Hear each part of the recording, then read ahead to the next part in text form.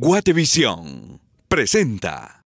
Muy buenas noches, amigas y amigos, bienvenidos a Un Show con Tuti. Gracias por estar con nosotros una vez más. Tenemos un programa muy interesante, muy importante también porque tenemos un invitado especial. Bill Farley, este gran emprendedor a nivel mundial, ha representado marcas extraordinarias, internacionales, y hoy nos compartirá un poco de su historia, un poco de cuáles son esos secretos para triunfar en la vida. Por favor, acompáñenos, bienvenidos.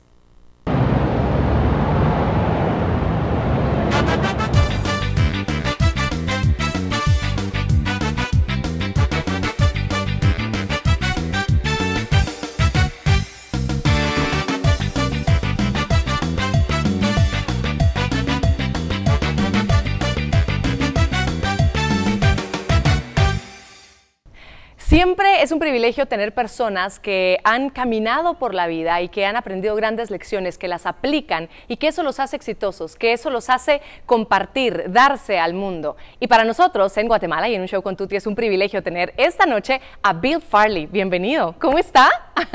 Gracias. Fantastic. It's wonderful to be here in Guatemala City. I've been coming, for many years, and it's wonderful to come back and see it's such an exciting city. Imagino que le pasa que visita diferentes países varias veces, nota la diferencia, se va encariñando con algo de cada país. You do, absolutely. One of my favorite places to visit in Guatemala is Antigua. Es lindo. I mean, it's a very special city, right? Ancient, sí. And preserved. So that's one of my favorite things to do here in Guatemala. Bueno, ojalá tenga tiempo para venir más tiempo y conocer Tikal y lugares tan hermosos como tenemos. Pero gracias por venir, porque sé que viene a dar mucho a Guatemala. Sí. Sí.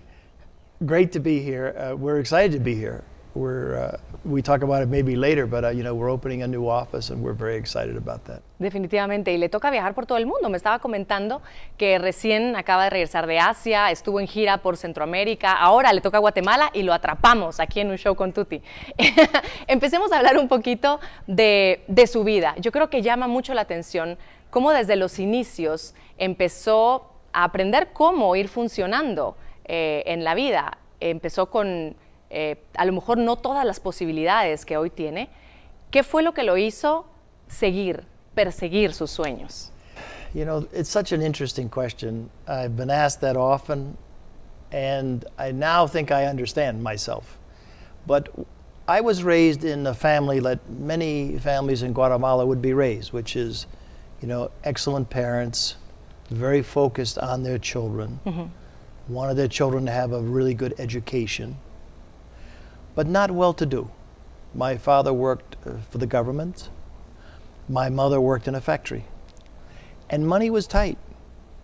My mother used to keep a record book of all the nickels she was spending, So I decided early in life I didn't want to have those financial problems.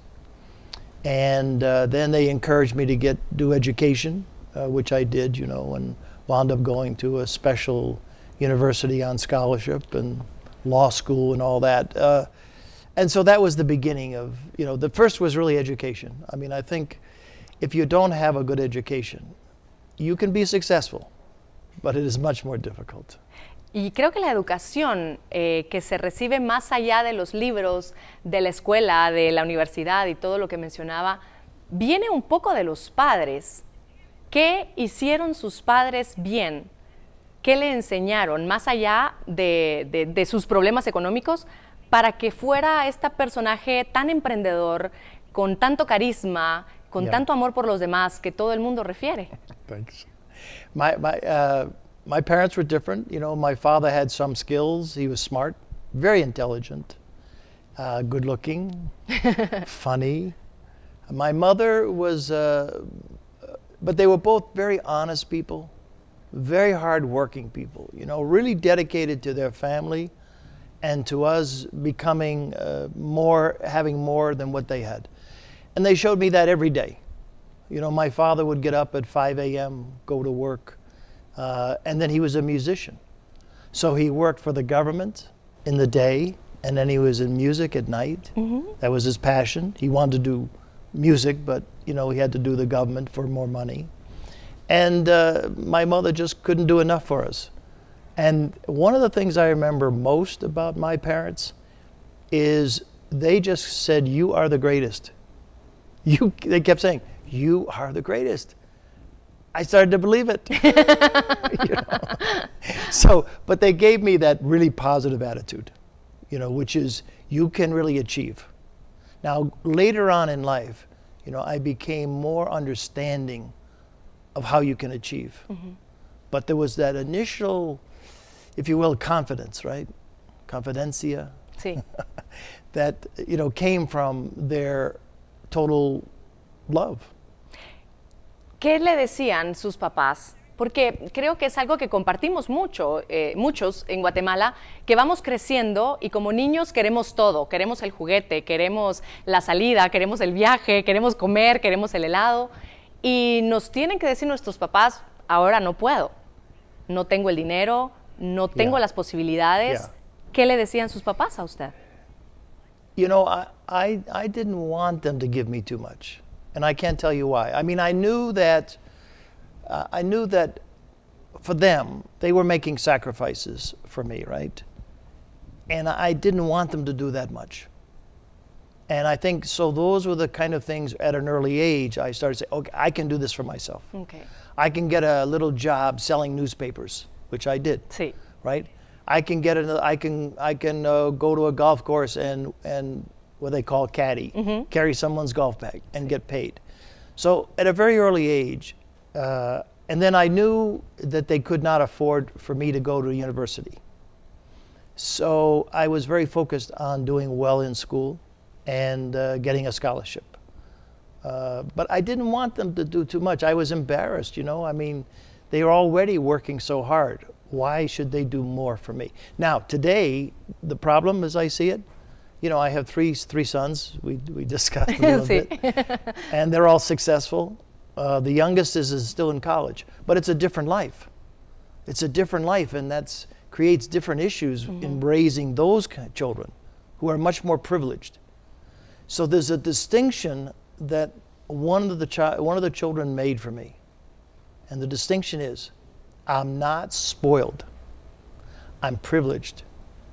And I respect the privilege, but I'm not spoiled. I think that's a very important distinction, and I'm glad that, you know, they understand that distinction, that difference. Claro. Porque muchas veces cuando nosotros hemos luchado por tener mejores posibilidades que lo que nuestros padres nos dieron, lo que hacemos es volcarnos a nuestros hijos a darles todo, ¿cierto?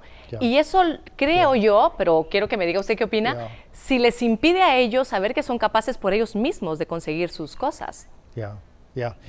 I tell you a quick story though about my parents. I think it's an interesting story. It tells you a lot about them. When I was financially able, I tried to change their lives. I mean, buy them a new home, buy them new cars. And I gave them, I put $1 million in their bank account. And my father died before my mother, then my mother died. When then we read the records, the $1 million was untouched, was still in the bank account. Because my mother thought, maybe he'll need it someday. And you know, I think that's a parent. Right, a parent can never do enough, and certainly my parents were, you know, just really great. Muchas veces los papás soltamos nuestros sueños porque nuestros hijos alcanzan los de ellos. ¿Debería ser así? Yes, I think. Not easy. You know, I have 2 sons who are actors. I wouldn't choose that for them. So the 3rd son, who's in college, I'm influencing him more, I think, you know, to maybe go into business. Now he wants to be a basketball player. Okay, maybe dos años, no más. So, but I think, you know, I think you try to influence. But at some point, when they say my passion is acting, okay, great, go be a great actor. Claro. De eso se trata. Tenemos que hacer la primera pausa comercial. Hablando un poquito, el tiempo se nos va muy rápido junto a Bill Farley, que hoy nos acompaña, está en Guatemala y queremos aprovecharlo al máximo. Quédese por favor con nosotros y volvemos después de la pausa. Hay más de 1000 formas de decir te quiero. Bonobón. Les deseo a todas las madres un feliz día, a mi madre que la aprecio, la quiero mucho, Dios te bendiga, eres especial en mi vida. Gracias. Hay más de 1000 formas de decir te quiero. Bonobón presentó.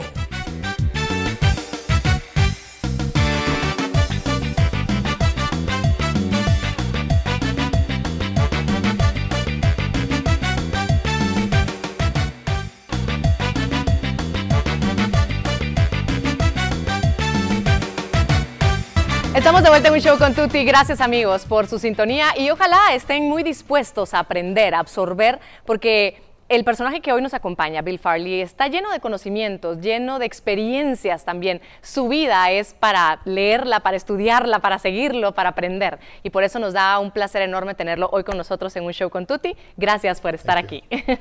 Thank you. I love the words you just used, knowledge and experience. When I talk with people now, I say that one of the biggest gifts I could give you is the benefit of my knowledge and my experience. They're different. They're different things, but I'm delighted you use those words. Thank you. Y creo que juntas hacen una buena mancuerna, hacen un buen equipo. Very powerful. Very powerful, for sure. Y creo que es lo que me gustaría enfocarme en este segundo bloque un poco a sus inicios en los negocios. Hoy por hoy sabemos lo grande que es en los negocios, un gran emprendedor con grandes conocimientos, no solamente del mercado, sino muchas cosas. Yeah. Pero los inicios, porque ahí creo que muchos nos encontramos. En Guatemala sé que somos un país altamente emprendedor. ¿Y cómo es ese inicio? ¿Por qué a los negocios? Well, for me, I was going to be a doctor. Ajá. Where I was growing up in my town in the USA, the most important people were doctors and lawyers. Not too many businessmen. So I thought I'd be a doctor.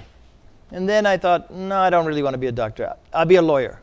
So I did go to law school, and I'm a lawyer by training. Sí. But I said, no, that's not for me. And then I went into finance, Wall Street. I was a banker on Wall Street, learning how to do business, learning how to do finance, which was very important. I was with one of the very important investment banks in the U.S. called Lehman Brothers. Mm-hmm. Great training from Lehman. And then I decided I really wanted to be my own person, own my own business. But way before I went from college to law school, I decided I would take a summer job mm-hmm. selling books, selling what we call encyclopedias. Sí, enciclopedias. Door to door. Knock, knock, knock, knock. And I said I would do it for 3 months before law school. And it was one of the most difficult things I had ever done. I knew nothing about sales. Muchos no, seguramente. No. Yeah. I didn't know there were so many no's on this planet. Yeah, and it's terribly discouraging. Terribly discouraging. Because in college, you know, life is great, everything is great, and now in the real world, Sí.